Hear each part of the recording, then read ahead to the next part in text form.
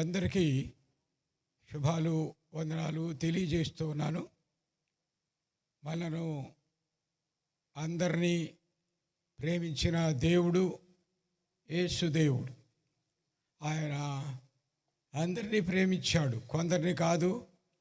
వాళ్ళ దేవుడు వీళ్ళ దేవుడు అని ఎవరో తెలియని వాళ్ళు మాట్లాడవచ్చు, కానీ బైబిల్ చెప్పే మాట ఏంటంటే ఆయన అందరినీ ప్రేమించాడు. యేసు దేవుడు లోకమును ఎంతో ఇమ్మెషరబుల్, కొలవడానికి వీలు కానంతగా ప్రేమించాడు. యేసు దేవుని వంటి ప్రేమ గలవారు మరి ఎవరూ లేరు లోకంలో. ఆయన మంచివారి మీద చెడ్డవారి మీద కూడా సమానంగా వర్షం కురిపించే దేవుడు. పాపిష్టి మనుషులను పరిశుద్ధులుగా చేయడానికే ఈ లోకానికి వచ్చాడు యేసు దేవుడు. అంత తప్ప నన్ను అడిగితే ఎందుకు మనము యేసును సేవించాలి, యేసు దగ్గరికి రావాలి, ప్రార్థించాలి? ఎందుకు అంటే రెండు మాత్రమే ప్రయోజనాలు. మొదటిది, ఈ లోకంలో మనం భద్రంగా బ్రతకాలి, నీతి కలిగి బ్రతకాలి. దేవుని పేరు పెట్టుకుని శాపగ్రస్తమైన జీవితాలు జీవించకూడదు. నీతిమంతులుగా బ్రతకడం మనకు దీవెన, నిత్యరాజ్యానికి వెళ్ళడం మరొక దీవెన మనకు. ఈ రెండే ప్రయోజనాలు యేసు దేవుని నమ్ముకుంటే. ప్రియమైన దేవుని బిడ్డలారా, నేను మీకు జ్ఞాపకం చేయబోనుకున్న అంశము, యేసు దేవుడు ఈ లోకానికి వచ్చాడు, పాపులను పరిశుద్ధులుగా మార్చడానికి వచ్చాడు. ఆ క్రియలో మీలో ఎంతమంది పాలు తీసుకున్న వారు ఇక్కడ ఉన్నారో నాకు తెలియదు. ఏదో వస్తున్నాం, సభలు పెట్టారు, పాటలు ఉన్నాయి, అది ఇది, అది మంచి మాట కాదు. కానీ విన్న వాక్య ప్రకారం ఏవైనా స్పందన ఉందా? Is there any response from your heart cells? హృదయంలో నుంచి ఏవైనా కదలిక ఉందా? నేను కూడా ప్రభు బిడ్డగా మారాలి, పరిశుద్ధురాల్ని కావాలి, శ్రేష్ఠతలోకి వెళ్ళాలి అనే దృష్టి ఏమన్నా ఉందా? అది నా ప్రశ్న. మిత్రులారా, రండి బైబిల్లోకి వెళ్దాం. ఇర్మియా గ్రంథం 35 అధ్యాయం మొదటి 8 వచనాలు చదువుదాం. ఎవరైనా మైక్ కొంచెం ఇవ్వండి. ఎవరైనా పెద్దగా చదివి వినిపిస్తే మీకు వందనాలు చెప్తాను. 35 అధ్యాయం మొదటి 8 వచనాలు దయించి ఎవరైనా చదవాలి. యెషయా కుమారుడును యూదారాజునైన యెహోయాకీము దినముల్లో యెహోవా యొద్ద నుండి ఇర్మియా వాక్కు ప్రత్యక్షమై, నీవు రెకాబీల యొద్దకు పోయి వారితో మాట్లాడి, యెహోవా మందిరములోని గదుల్లో ఒకదానిలోనికి వారిని తోడుకొని వచ్చి త్రాగుటకు వారికి ద్రాక్షారసం ఇమ్మని సెలవీగా, నేను ఇర్మియా కుమారుడును యెజన్యా మనుమడునైన అబజ్యాన్యాను అతని సహోదరులను అతని కుమారులందరినీ అనగా రేఖాబీలు కుటుంబీకులందరినీ తోడుకొని వచ్చి తిని, యెహోవా మందిరములో దైవజనుడగు ఎగ్దల్యా కుమారుడైన హనాను కుమారుల గదిలోనికి వారిని తీసుకొని వచ్చి తిని, అది రాజుల గదికి సమీపమున ద్వారపాలకుడును షల్లూము కుమారుడైన మయేశాయ గదికి పైగా ఉండెను.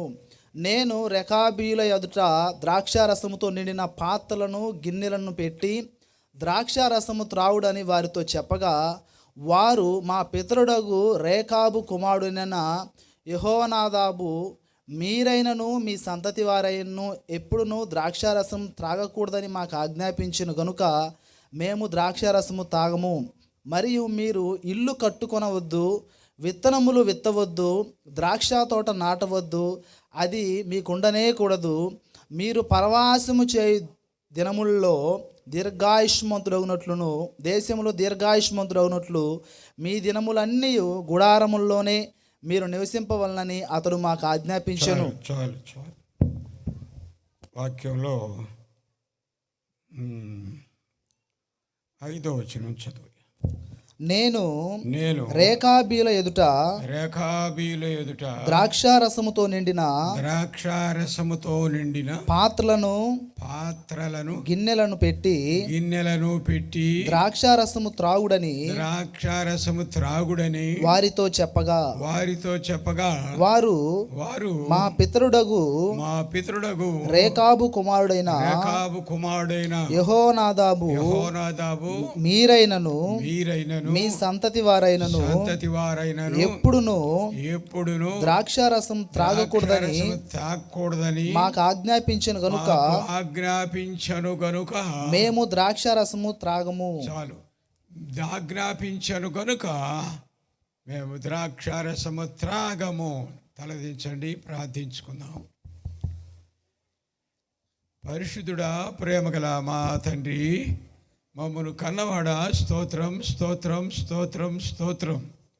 నిన్ను స్తుతిస్తున్నావు, నిన్ను గనపరుస్తున్నావు, మీకు వందనాలు చెప్తున్నావు. మమ్మల్ని ఎంతగా మీరు ప్రేమించారు నాయన, మీకు స్తోత్రాలు. మీరు మా మధ్యకు వచ్చి మాతో మాట్లాడండి. ఈ 3 దినాల నుంచి తండ్రి మీ ధారావాహికంగా ప్రభువా నీ సత్యవాక్యాన్ని మీ దైవ సేవకుల ముఖాంతరాల్లోంచి తేటగా మాట్లాడిన దేవుడా స్తోత్రం. ఇప్పుడు కూడా మీ సైదులో మేము చేరిన వీరంతా నీ ప్రజలు, చదివింది మీ జీవవాక్యమే. నిలిచిన ఈ బలహీనుడిని బలపరిచి వాడుకోండి. కృపనివ్వండి, శక్తినివ్వండి, భద్రపరచండి. మాట్లాడి మహిమ పొందండి. మా అంతరంగాలు మీరు శుద్ధి చేయండి, తాకండి ప్రభు, శక్తినివ్వండి. యేసు ప్రభు ఉన్నత నామములో ప్రార్థించి వేడుకుంటున్నాం పరలోకపు తండ్రి, ఆమేన్. ప్రియమైన సోదరి సోదరులారా, నేను దేవుని వాక్యంలోంచి ఒక జాతి వారిని గురించి మాట్లాడబోతున్నాను. రేఖాబీలు అనే వారి గురించి మాట్లాడుతున్నాను. వాక్యంలో మనం చదివిన భాగంలో చూస్తున్నది ఏమిటి అంటే, రేఖాబీలు అనేవారు ఉన్నారు. ఇజ్రాయేలు ప్రజల కాలంలోనే దాదాపు 7 అన్యజాతుల తెగల వారు ఉండేవారు. వారు నిజదేవుణ్ణి ఎరగనివారు. రేఖాబీలు, యెబూసీలు, గిర్గాషీలు, ఇలాగ 7 తెగల వారు, వేరే అన్యజాతుల వారు, కొండ జాతుల వారు ఉండేవారు. వారికి దేవుడు తెలీదు, మనుషులుగా మాత్రమే పుట్టారు అని చెప్పొచ్చు. అడవిలో ఏదో తింటూ బ్రతికేవాళ్ళు. వాక్య ప్రకారం మనం చదివితే ఇక్కడ దేవుడు ఇజ్రాయేల్ ప్రజలకు పాఠం నేర్పడానికి ఇజ్రాయేల్ ప్రజలతో మాట్లాడుతున్న సందర్భాన్ని చూస్తున్నాం. ఈ అధ్యాయం దాదాపుగా మొదటి నుంచి చివరి దాకా చూసిన ఒకటే సందర్భం. ఏమిటి సందర్భం అంటే, జీవంగల దేవుడు ఇర్మియాతో మాట్లాడుతున్నాడు. భక్తుడు ఇర్మియాతో మాట్లాడుతున్నాడు. ఇర్మియా, చూడు, ఇంతకాలం నువ్వు కూడా బోధ చేసావు ఇజ్రాయేలు ప్రజలకు, ఇంతకాలం అన్నీ చేశారు. మరి నీవు చెప్పావు బోధ, నేను సేవకులను పంపుతూ వచ్చాను, ఒకరి తర్వాత ఒకరిని నాయకులను పంపాను. ఎంతమందిని పంపినా కానీ ఇజ్రాయేలు ప్రజలు మేము ఇజ్రాయేలు ప్రజలని చెప్పుకుంటున్నారే కానీ మరి స్వభావంలో మాత్రం మార్పు రావడం లేదయ్యా అని దానికి పోల్చి ఉదాహరణగా చెప్పడానికి ఈ భాగాన్ని ఇక్కడ రాశారు. గమనించేది ఏంటంటే, దేవుడు ఇర్మియాతో చెప్తున్నాడు, ఇర్మియా, ఈ ప్రజలు మాట వింటలేదు. మనం అదే అధ్యాయంలో 16-17 వచనాలు చూస్తే, రేకాబు కుమారుడైన యెహోనాదాబు కుమారులు తమ తండ్రి తమకిచ్చిన ఆజ్ఞను నెరవేర్చిరి గాని నెరవేర్చారు గాని ఈ ప్రజలు, ఈ ఇజ్రాయేలు ప్రజలు నా మాట వినకయున్నారు. దేవుని ప్రజలు అని చెప్పుకునే ఈ ప్రజలు, ఇజ్రాయేలు ప్రజలు నా మాట వినకయున్నారు, నా మాట వింటలేదు. కాబట్టి చూడండి మిత్రులారా, గమనించండి. నేను ఇక్కడ ఈ రేఖాబు వంశస్థులను గురించి మీతో మాట్లాడతాను. ఇప్పుడు వాళ్ళ దేవుడు ఎలాంటి మనుషులను, ఎలాంటి శ్రేష్టమైన వ్యక్తులుగా చేశాడో నేను మీకు జ్ఞాపకం చేయబోతున్నాను. ప్రియమైన సోదరి సోదరులారా, యేసు దేవుడు వచ్చింది పాపులను పరిశుద్ధులుగా మార్చడానికి మాత్రమే. ఆయన వచ్చింది చెడిన వాడిని బాగు చేయడానికి మాత్రమే వచ్చాడు. సౌలు అనే వ్యక్తిని పౌలుగా మార్చిన దేవుడే నా దేవుడు, మన దేవుడు. అలాంటి మనుషులను మార్చే గొప్ప తత్వాన్ని కలిగిన వాడు యేసుదేవుడు. ఇక్కడ మనం గమనించి చూడగలిగితే ఏం చూస్తామో మీకు ముందు రేఖాబీయులను గురించి జ్ఞాపకం చేస్తాను మీకు. రేఖాబీయులు ఆ అడవి జాతుల వారు, కొండ జాతుల ప్రజలు వారు. అయితే వాళ్ళకి మరి అరణ్యంలో ఉండడం, దుంపలో ఏదో దొరికితే, జంతువులు దొరికితే వాటితో జీవనం చేయడమే వాళ్ళ పనిగా మిగిలే ఉండేది. గమనించి చూడగలిగితే ఈ అన్య జాతుల్లో ఉన్న ఈ రేఖాబు వంశస్థులు, రేఖాబు అనే వాడి బిడ్డలు, వాళ్ళ వంశస్థులంతా కూడా ఏం చేసేవారు? రోజు ఉదయాన అరణ్యానికి వెళ్ళి పువ్వులు, పండ్లు, కాయలు, కట్టెలు ఇవన్నీ తెచ్చి ఇజ్రాయేల్ ప్రజలు పాళెము చుట్టుగా ఉండేది. ఇజ్రాయేల్ ప్రజలు పాళెము వరుసల్లో ఉండేది.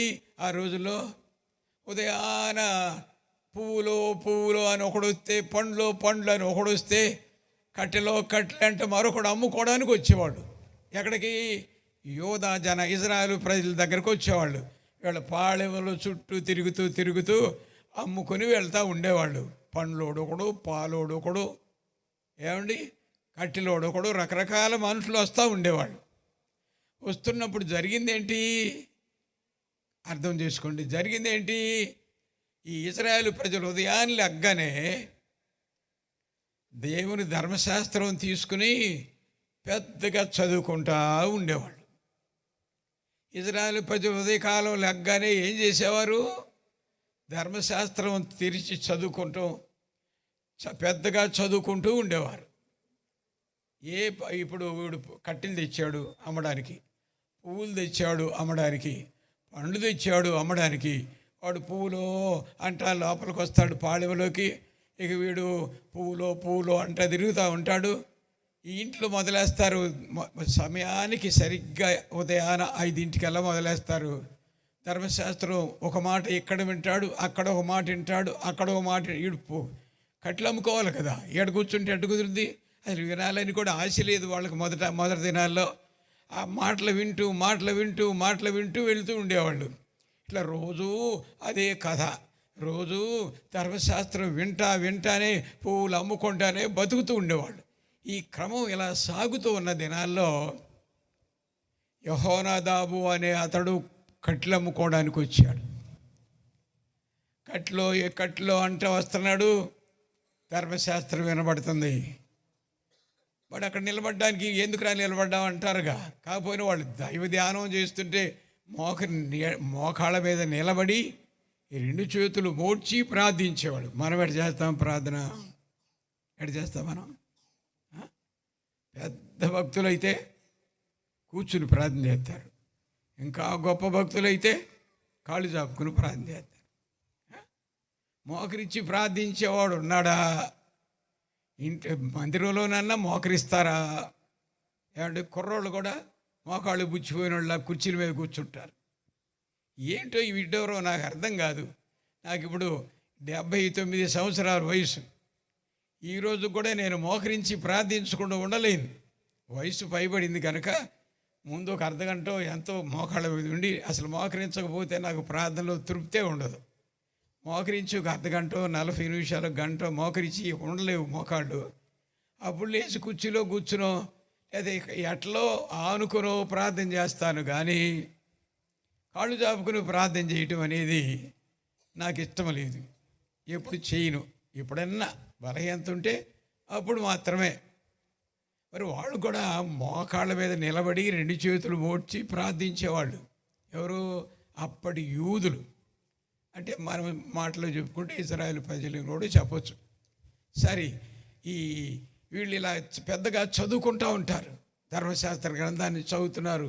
మరి వీడు కట్లు అమ్ముకునేవాడు ఆడ నుంచోడు కదా, వెళ్తూ ఉంటాడు. ఇక్కడ ఒక మాట వింటాడు, అక్కడ ఒక మాట, ఆ ఇంటి దగ్గర దాని కంటిన్యూషనే. అక్కడ ఒక మాట విని యెహోనాదాబు అనే అతన్ని నేర్చుకున్న పాఠం ఏంటంటే, అరే ఏంట్రా ఈ ధర్మశాస్త్రం చదవడానికి వీళ్ళు ఎంత నమ్రంగా మోకాళ్ళ మీద మోకరించి 2 చేతులు మోడ్చి చక్కగా క్రమంగా వరుస తప్పకుండా మాట దొరలకుండా ఇంత ధీటుగా చక్కగా చదువుతున్నారు. చదవటమే ముఖ్యంగా లేదురా, బయటికి వెళ్తే వాళ్ళని చూడండి, వాళ్ళ ప్రవర్తన చూడండి, వాళ్ళ బతికి ఎలాగ మారిందో చూడండి, వాళ్ళ పద్ధతి ఎలాగ మారిపోయిందో చూడండి. ఇంతకుముందు తప్పు చేసేవాడు చేయటం లేదు, దెబ్బలాట బ్యాచ్ వెళ్ళటం లేదు, పాపానికి వెళ్ళేవాడు వెళ్ళటం లేదు, ఆ పాపాలు చేయటం లేదురా. ఆ ధర్మశాస్త్రం నేర్చుకుని ఇంత నీతిమంతులుగా వీళ్ళు మారిపోయారా. మనం కూడా ఎందుకు నేర్చుకోకూడదు? మనం కూడా ఎందుకు ఆ రకంగా మారకూడదు? అడవి జాతి మనుషులు ఒకరినొకరు నరుక్కొని చేస్తున్నాం, తాగుతున్నాం, మొరటు మనుషులం, మనము క్రమం లేని మనుషులము. వాళ్ళని చూసి బుద్ధి నేర్చుకుంటారా బాబు, వాళ్ళని చూసి భక్తి నేర్చుకుందారా బాబు అని యెహోయాదా అనే అతడు తన జనాంగాన్ని అందరినీ కూడబెట్టి వాళ్ళందరికీ రోజు నేర్పేవాడు ఈ ధర్మశాస్త్రాన్ని. వింటున్నారా? ధర్మశాస్త్రం విన్నారు, ఆ యెహోయాదా విన్నాడు.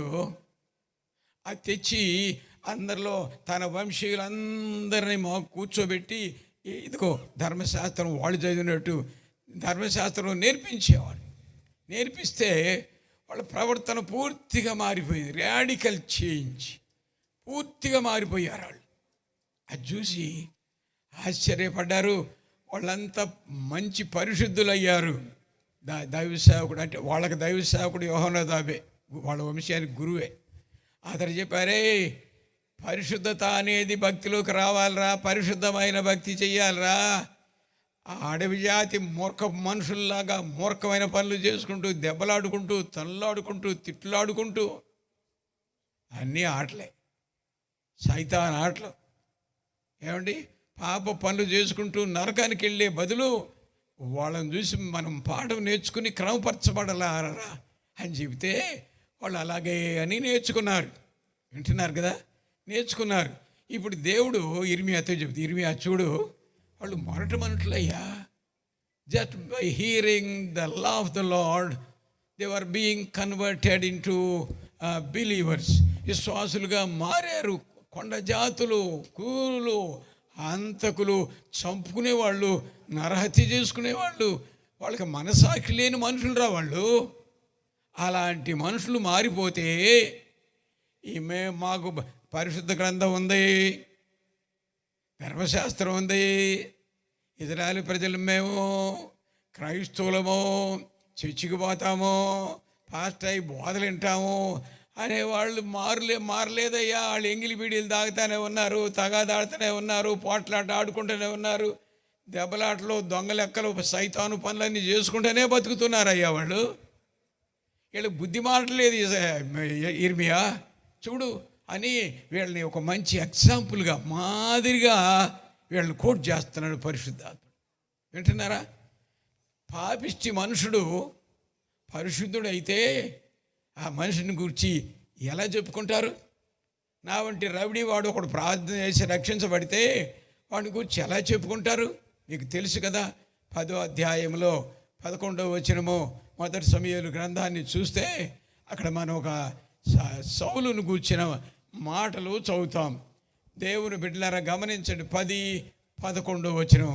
పూర్వము అతను ఎరిగిన వారందరూ, సౌలును ఎరిగిన వారందరూ అతడు ప్రవక్తలతో కూడా ఉండి ప్రకటించుట చూచి కీషు కుమారునికి సంభవించినదేమిటి? ఏం సంభవించింది? సౌలును ప్రవక్తల్లో ఉన్నాడా? సౌలు కూడా ప్రవక్తల్లో ఉన్నాడా అని ఒకనితో చెప్పుకొనగా. ఏం చెప్పుకున్నారు?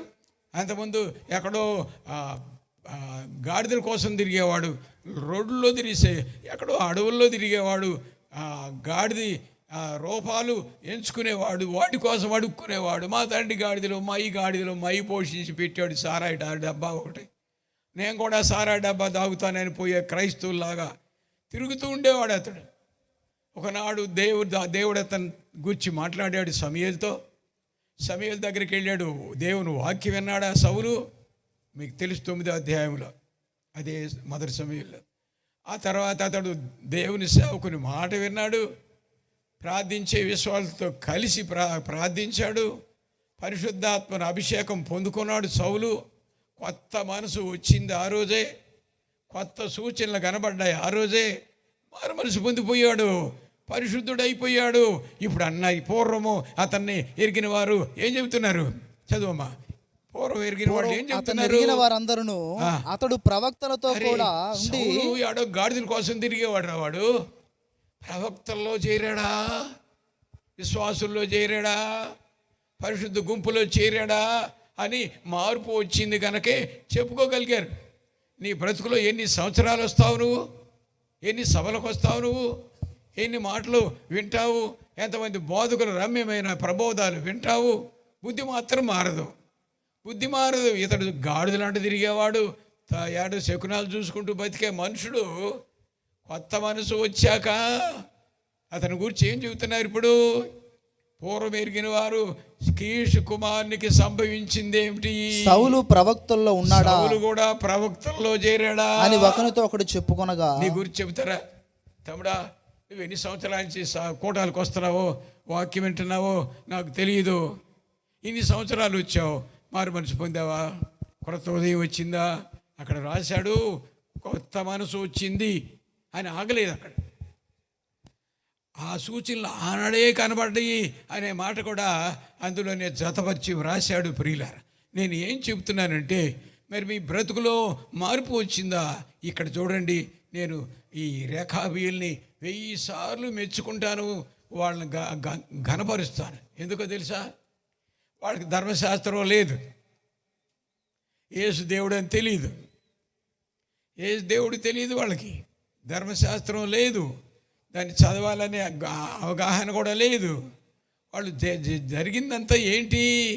ధర్మశాస్త్రం చేసి ప్రార్థించేవాళ్ళు చెప్పుకుంటుంటే ఇక్కడ ఒక ముక్క, అక్కడ ఒక ముక్క, అక్కడ ఒక ముక్క, ఆ ముక్కలు 4 ముక్కలు ఏరుకుని అవి మనసులోకి పెట్టుకుని వెలుగులోకి వచ్చి పరిశుద్ధులు అయిపోయారు వాళ్ళు.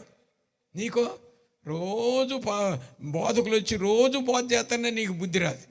వాళ్ళు ముక్కలు, నేను అంటాను, చిన్న చిన్న గుడ్డ పేలికలు దొరికితే 10 గుడ్డ పేలిక ఒకదానికొకటి ముడేసి they have prepared a room with all the fragments. Telugu చెప్తున్నాను. చిన్న చిన్న గుడ్డ ముక్కలు తీసుకుని పెద్ద తాడులాగా పేనుకున్నారు. స్తోత్రం చెప్పండి, స్తోత్రం చెప్పండి.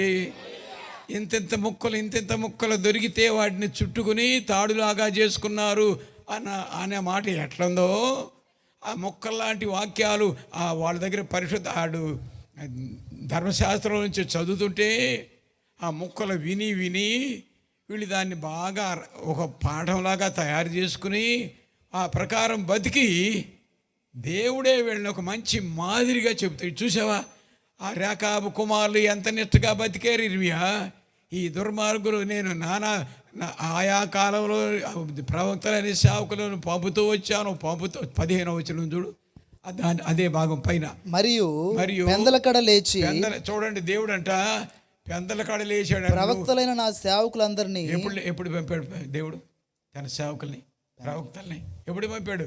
పెందలకడ లేచి ప్రవక్తలైన నా సేవకులందరినీ మీ వద్దకు పంపుచు, మీ దగ్గరకు పంపుతూనే ఉన్నాను. ప్రతివాడు తన దుర్మార్గతను విడిచి మీ క్రియలను చక్కపరుచుకుంటే, అన్య దేవతలను అనుసరించకపోతే, వాటిని పూజింపక ఉండిన ఎడలను పూజ చేయకుండా ఉంటే, నేను మీకును మీ పితరులకు ఇచ్చిన దేశములో మీరు నివసిస్తారని నేను ప్రకటిస్తున్నాను గాని మీరు చెవియొగ్గక. దేవుని వాక్యం చెబుతున్నారు గాని ఈ మనుషులు వింటున్నారా? ప్రియ తమ్ముడా, చెల్లి, సోదరుడా, ఈ సభల్లో ముగింపు కోవడానికి వచ్చాం మనం. ఇన్ని వాక్యాలు విన్నావే నువ్వు. మారు మనసు పొందాలి, పాపిని ఒప్పుకోవాలి, పశ్చాత్తాపడాలి, సిలువ దగ్గర పడి ఏడ్చి చేసిన పాపిష్టి పనులను ఒప్పుకునే పశ్చాత్తాపడితే యేసు రక్తం నేను కడుగుద్ది, రక్తపు శుద్ధి నీకు వచ్చుద్ది. ఈ రేఖాబీల్ని పరీక్షించడానికి ఇర్మియా వాళ్ళు ఎంత నీతి నేర్చుకున్నారో నీకు తెలుసా? చూడు, ఓ ప్రాక్టికల్ చేయి, ఒక ప్రయోగం చెయ్యి. ఏం చేయమంటావు ప్రభువా? ఆ మొదటి నుంచి చూస్తే అది కనపడుద్ది. ఏం చేయమంటావంటే, ఇదిగో ఈ రేఖావి అందరినీ వరుసనే కూర్చోబెట్టు. రాజుగారి ఆ బంగ్లా దగ్గరలోనే కింద అప్పర్ రూమ్లో అందరిని కూర్చోబెట్టి వాళ్ళందరి మధ్య ద్రాక్షారసం, మాంసము ద్రాక్షారసము వాళ్ళందరికీ తినడానికి పెట్టు. అది రాజుగారి భోజనం. ఇప్పుడు రేఖాబీలందరినీ, ఇరిమ్యా పాస్టర్ గారే రేఖాబీలందరినీ తీసుకొచ్చాడు, వరుసనే కూర్చోబెట్టాడు. వాళ్ళ బల్లల మీద మంచి భోజనము, ద్రాక్షారసం. అందరికీ పేరు పేరున దాదాపు ఒక 70 మంది ఉన్నట్టు చెప్పాడు చరిత్రలో. వాళ్ళందరికీ సంఖ్యతో మనకెందుకు, కొంతమంది వాళ్ళందరికీ ఆ ద్రాక్షారసము, మంచి రాజుగారి భోజనం. అంటే బైబిల్ ప్రకారం 60 ఐటమ్స్, 60 ఐటమ్స్. ఎన్ని రకాల కూరలు? 60 రకాల కూరలు. 60 రకాల కూరలు వాళ్ళకి పెట్టి, ద్రాక్షారసం పెట్టి, అబ్బాయి ఎస్ స్టాండ్, తినండి అన్నాడు ఇర్మియా ప్రవక్త. చెప్తుంది ఎవరు వాళ్ళకి తినమని? ఎవరు? ఇర్మియా అండి. తినమని చెప్తున్నాడు ఇర్మియా. అన్ని ఏర్పాటు చేసింది ఇర్మియానే, దేవుడు చెప్పాడు కనుక. చేసి అంత రెడీగా పెట్టి ఇర్మియా అంటున్నాడు, అబ్బాయి స్టాండ్, తినండి. ఇలా అయ్యగారి ముఖం చూస్తున్నా, ఇర్మియా గారి ముఖం. ఏంటిది?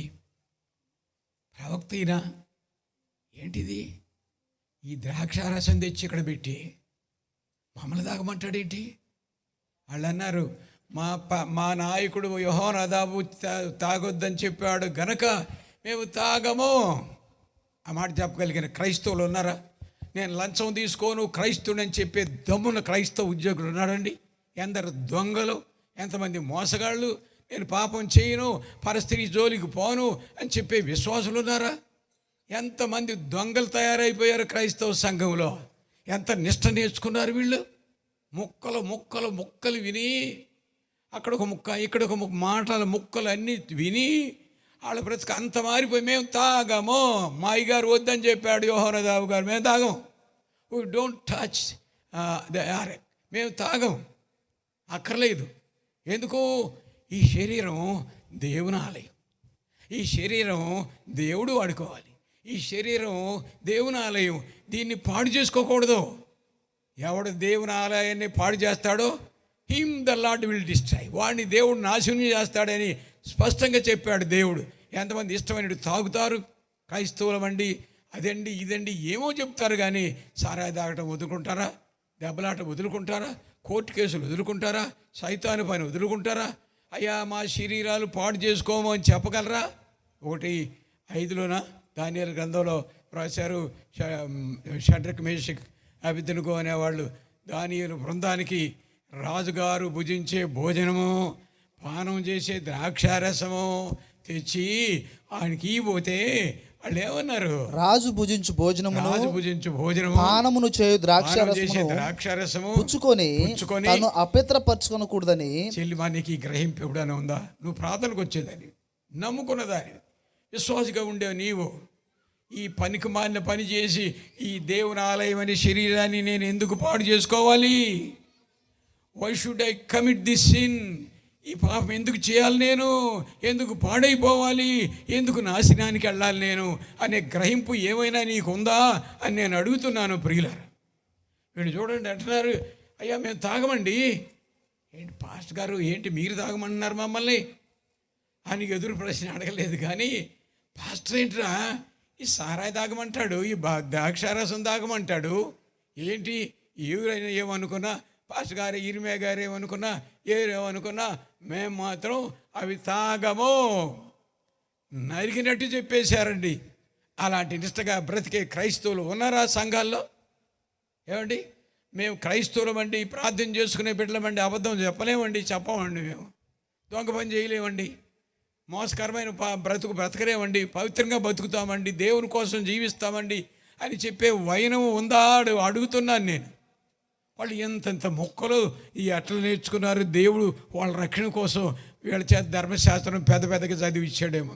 నేను చాలాసార్లు చెప్తాను మా సంఘంలో, ప్రార్థించేవాళ్ళు మౌనంగా ప్రార్థించండి. బైబిల్ చదివేవాళ్ళు పెద్దగా చదవండి. వీళ్ళకి వీళ్ళు రేఖాబీలు రక్షించబడ్డానికి కారణం ఏంటి? వాళ్ళు ధర్మశాస్త్రం మెల్లగా చెప్పుకునే వాళ్ళు అయితే వీళ్ళ జోలికి రాదు, సువార్త వాళ్ళకి వినబడేది కాదు. అది జరిగిందేంటి? వాళ్ళు పెద్దగా చదవటం నేర్చుకున్నారు. మీరు కూడా పెద్దగా చదవండి.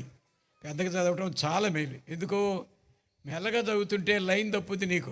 నీ బుర్రలోకి సైతాను ఏదో తెచ్చిపెట్టుద్ది. అరే టైం అయిపోతుంది, ఆ మాంసం అయిపోద్దేమో, ఆదివారం అది వచ్చిందంటే ఇది పోద్ది. అందుకని పెద్దగా చదవటం నేర్చుకోవాలి. అప్పుడేంటి, మన దృష్టి దాని మీదే ఉంటుంది.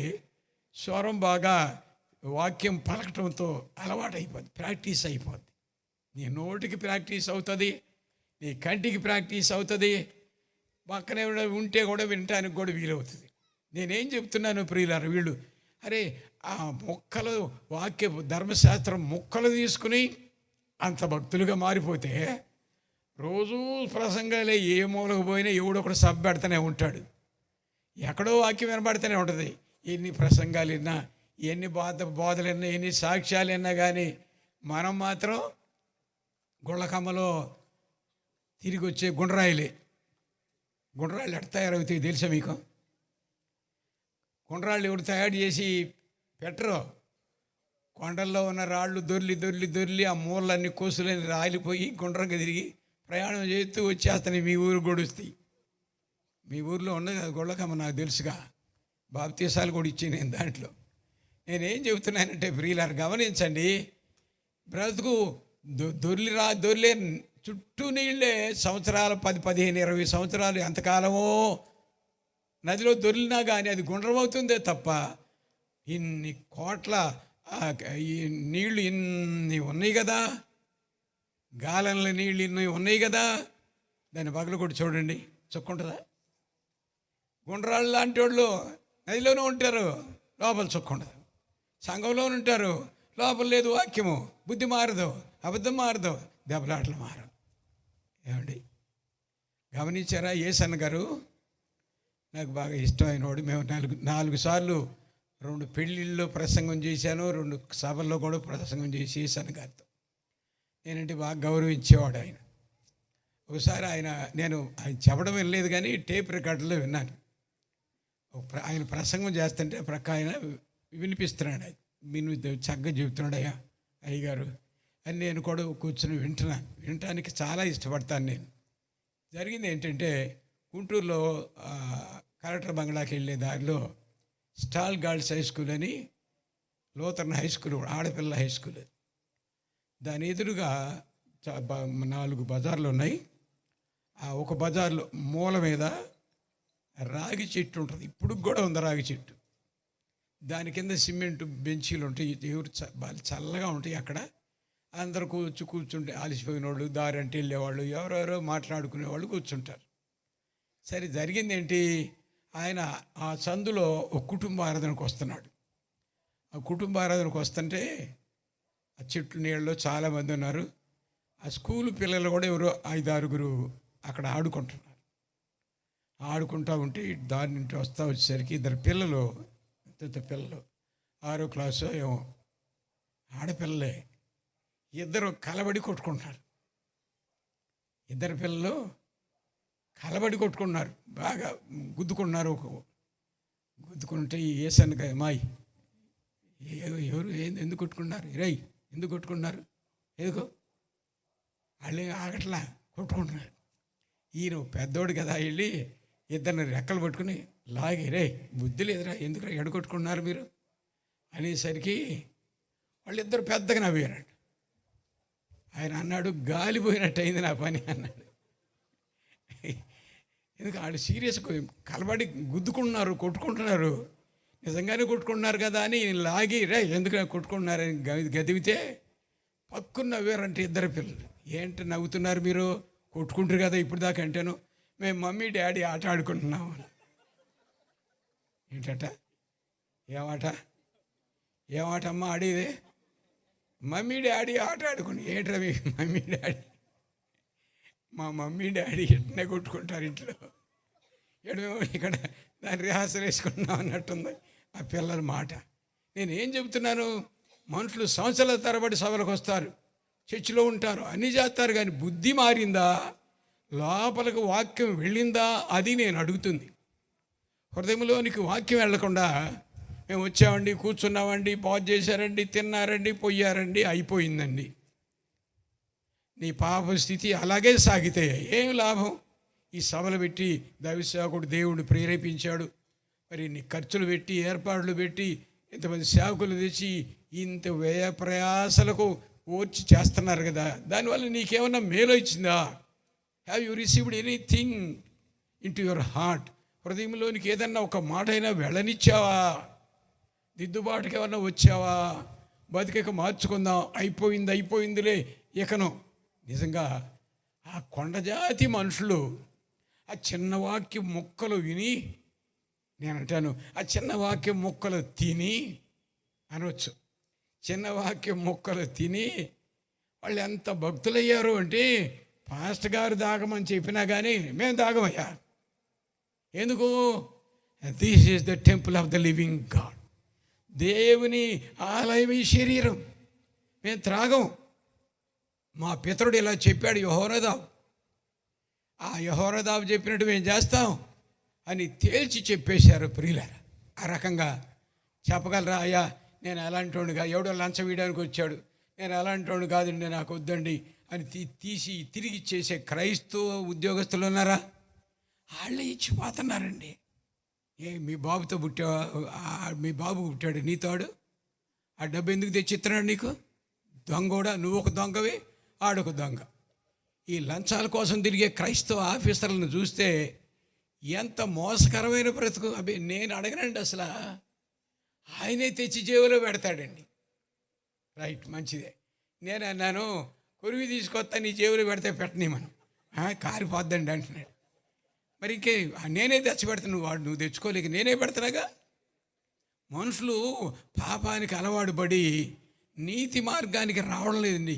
నేను అనుకుంటున్నాను ఆ దేవుడు ఇర్మియా ద్వారా ఇర్మియాకి నేర్పుతున్నాడు. పయ్యా ఇర్మియా చూడవయ్యా, ఎంతకాలం నేను ప్రవక్తలు పంపాను, బోధకులను పంపాను, యాజకులను పంపాను, ఎవడు పంపిరా? ఆడు బోధ ఈడు బతికే అన్నట్టు బతుకుతున్నారయ్యా. నేను ఎంత విచారపడుతున్నాను ఇర్మియా వీళ్ళ సంగతులు అని దేవుడు వాళ్ళకి మాదిరిగా చెప్పిన మాటలు నేను మీకు జ్ఞాపకం చేస్తున్నాను. ప్రియమైన సోదరి సోదరుడా, నీ శరీరం భద్రంగా ఉందా?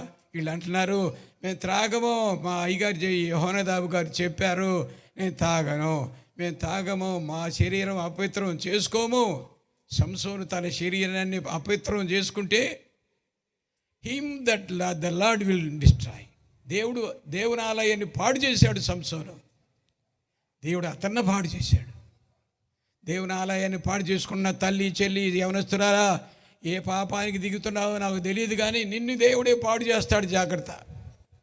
సంసోను గతి పట్టుదు నీకు గుర్తు చేసుకో. ఎంతకాలం పాపంలో ఉంటావు, ఎంతకాలం రక్షణ లేకుండా ఉంటావు, సైతాను బిడ్డలుగా ఎంతకాలం బతుకుతారు? నేను అసలు ఆశ్చర్యపోతాను. ఏంట్రా వీళ్ళు ఇంత మొక్కలో విని ఎంత భక్తి నేర్చుకున్నారా, ఎంత పరిశుద్ధులైపోయారా, ఎంత శ్రేష్టమైన బిడ్డలైపోయారా అని నేను పలుమార్లు ప్రభువును స్తుతిస్తాను. ప్రియులారా, గమనించండి, నేను మీకు జ్ఞాపకం చేస్తున్న విషయం ఏంటంటే, దేవుడు వాళ్ళని ఎంత దీవించాడో తెలుసా మీకు? దేవుడు వాళ్ళని ఎంత దీవించాడో తెలుసా? ఆ అధ్యాయంలో చివరి వచనం, చివరి రెండు వచనాలు చదువయ్యా. మరియు ఇర్మియా రేకాబీలను చూచి ఇట్లా నేను ఇశ్రాయేలు దేవుడును సైన్యములకు అధిపతి యెహోవా ఇలాగు సెలవిస్తున్నాడు, మీరు మీ తండ్రి అయిన యెహోనాదాబు ఆజ్ఞకు విధేయులై అతని విధులన్నిటిని గైకొని అతడు మీకు ఆజ్ఞాపించిన సమస్తమును అనుసరించారు గనుక, కాబట్టి ఇశ్రాయేలు దేవుడును సైన్యములకు అధిపతి యెహోవా సెలవిచ్చినదేమనగా, నా సన్నిధిలో నిలబడడానికి రేకాబు కుమారుడైన యెహోనాదాబునకు సంతతి వాడు ఎన్నడుండక మానడు. స్తోత్రం చెప్పండి. సోదరి సోదరులారా, ఏమీ లేని మనుషులు, ఎరగని మనుషులు సత్యాన్ని విని బ్రతుకు మార్చుకుంటే ఆ దేవుడు మెచ్చుకుని అంటున్నాడు, ఇదిగో there is a permanent membership. ఇదిగో ఈ యెహోనాదాబు రేకాబీలలో ఒకడు నా సన్నిధిలో ఒకడు ఉండక మానడు. రేకాబీయుల ప్రతినిధిగా దేవుని సన్నిధిలో ఉండే 144,000 మందిలో ఒకడు ఉండక మానడు అనే సత్యాన్ని తేటపరిచాడు. ప్రియులారు గమనించండి, పరలోకం దొరుకుద్ది నీకు. నీ వంశాన్ని కూర్చి దేవుని దగ్గర విజ్ఞాపన చేయడానికి ఒకడు వంశకర్త ఒకడు నీ కూడా ఉంటాడు పరలోకంలో దేవుని సన్నిధిలో. ఎంత భాగ్యం అది, ఎంత భాగ్యం అండి. వాళ్ళు ఎక్కడ వాళ్ళు అసలు అడవుల్లో ఉండేవాళ్ళు. ఎలాంటి వాళ్ళు? క్రూరులు, హంతకులు, చంపుకునేవాళ్ళు, నీతి అనేది ఎరగని వారు. పవిత్ర వాక్యాన్ని విన్న మీదట, దేవుని సత్యాన్ని విన్న మీదట ఆశ్చర్యకరంగా మారిపోయారండి. వాడు సాక్ష్యం చెబుతున్నారు, అయ్యా మా పితరుడు వద్దని చెప్పాడు, మేము తినము తాగము. Refusing the royal food, the royal beer, రాజుగారు ఇచ్చిన 60 ఐటమ్స్ రాజభోజనాన్ని, ఇదిగో ద్రాక్షారసాన్ని, ద్రాక్షారసాన్ని తృణీకరించేశారు. మాకొద్దు, మేము తాగము. అలాంటి నిష్కర్షగా సాక్ష్యం చెప్పగలిగిన వ్యక్తులు ఉన్నారా ఇక్కడ? విశ్వాసులు అండి, ప్రార్థన చేస్తామండి, ఐక్యతతో ఉండి జయశీలరావు గారితో ఉంటామండి, అట్లా ఉంటావు ఇట్లా ఉండి ఏమన్నా చేయి, నువ్వు నాకు అక్కర్లేదు. కానీ are you an upright man? ఒక నీతి కలిగిన పురుషుడివేనా? ఒక నీతి గల తల్లివేనా? నిష్టగా బతుకుతున్నాను, నేను ప్రభు బిడ్డను, ప్రభు కొరకు బతుకుతున్నాను, సిన్లెస్, పాపం లేకుండా నిష్టగా బతుకుతున్నానని చెప్పేవారు ఇక్కడ ఉంటే వారికి ప్రతినిధిగా పరలోకంలో ఒకడు ఉండబోతున్నాడు. స్తోత్రం చెప్పండి, స్తోత్రం చెప్పండి. నీవు బాగుపడతావు, నీ వంశం బాగుపడుతుంది. నీ వంశం తరపున దేవదేవుని శైలిలో ఒక ప్రతినిధి ఉండబోతున్నాడు. స్తోత్రం చెప్పండి. సోదరి సోదరులారా, ఇప్పుడైనా అర్థం చేసుకుంటావా? నువ్వు బాగుపడాలి, నీ వంశం బాగుపడాలి అంటే అర్థం చేసుకో, దేవుని వాక్యం విను, సత్యంలోకి రా, సత్యం తెలుసుకో. తాగడం, తినడం, పాపం చేయటం, కామానికి దిగడం అంతా దేవుని ఆలయాన్ని పాడు చేయటమే. పౌలు గారు ఒక మాట స్పష్టంగా వ్రాశాడు, మనుషుడు చేసే ప్రతి పాపము దేహమునకు వెలుపల ఉండదు, కానీ కామకత్వం, వ్యభిచారం చేసేవాడు దేవుని ఆలయాన్నే పాడు చేస్తాడు. ఎంతమంది దేవుని ఆలయాలు పాడు చేసుకున్నాడు. హృదయం మత్సరపడి, కక్ష పెట్టుకుని, క్రోధం పెట్టుకుని, నరికేస్తాం, చంపేస్తాం, తేల్చేస్తాను, దాన్ని జుట్టు పట్టుకుంటాను, ఇలాంటి సైతాను మాటలన్నీ హృదయంలో నింపుకున్న చెల్లిమా, ఇప్పుడైనా అర్థం చేసుకో. ఎందుకు నన్ను నేను why I'm destroying myself? ఎందుకు నన్ను నేను నాశనం చేసుకున్నాను? ఎందుకు పాడైపోతున్నాను? ఎందుకు కక్ష? ఎందుకు ద్వేషము? ఎందుకు పగ? ఎందుకు మోసము? ఎందుకు అబద్ధాలు? అబద్ధం చిన్న అబద్ధమైన సత్య సంబంధమైనది కాదని చెప్పాడే భక్తుడు. ఎందుకు వచ్చిన గొడవ నాకు ఇది? ఇదిగో రేకాబీలు, ఏమి బైబిల్ లేదు, వాళ్ళకి ధర్మశాస్త్రం లేదు, ఏమీ లేదు. ముక్కలు 4 వాక్యము ముక్కలు విని ఎంత భక్తులైపోయారు, ఎంత స్థాయికి చేరారు. నిత్యరాజ్యంలో వాడి కోసం ఒక ప్రతినిధి దేవుని శైలిలో ఉండబోతున్నాడు అనే గొప్ప మాట విన్న తర్వాతనైనా నేను రక్షించబడి పరిశుద్ధుడినై యోగ్యురాలుగా బతికి, యోగ్యంగా బ్రతికి, ఇతరులకు మాదిరిగా ఉండి నిత్యరాజ్యానికి చేరడమే కాదు, మా వంశం తరఫున ఒక ప్రతినిధి పరలోకంలో దేవుని సన్నిధిలో ఉంచబోతున్నాడు దేవుడు. అందును బట్టి ప్రభువుకు స్తోత్రం చెప్పి అందరము ప్రభు శైలిలో లేచి నిలబడదాం, ప్రార్థించుకుందాం. ప్రభు తన మాటలు మన వినికిల్లో దీవించుగాక. దేవుని వాక్యంలో మనము నెహెమ్యా గ్రంథంలో 3వ అధ్యాయంలో చూస్తే వాళ్ళ సంగతే ఉంది. 2 రాజులు 10-15 చూస్తే అక్కడ మంచి దేవుని పనిలో సహాయకులుగా కనబడతారు వీళ్ళు, ఈ రేకాబీలు. ఇలాంటి మాటలన్నీ మనం చూస్తే ప్రియులరా గమనించండి. నువ్వు పనికొచ్చేవాడుగా మారాలి, నీకు పనికి రావాలి, నీ ఇంటికి పనికి రావాలి. పరలోకంలో నీకు స్థలము దొరకాలి.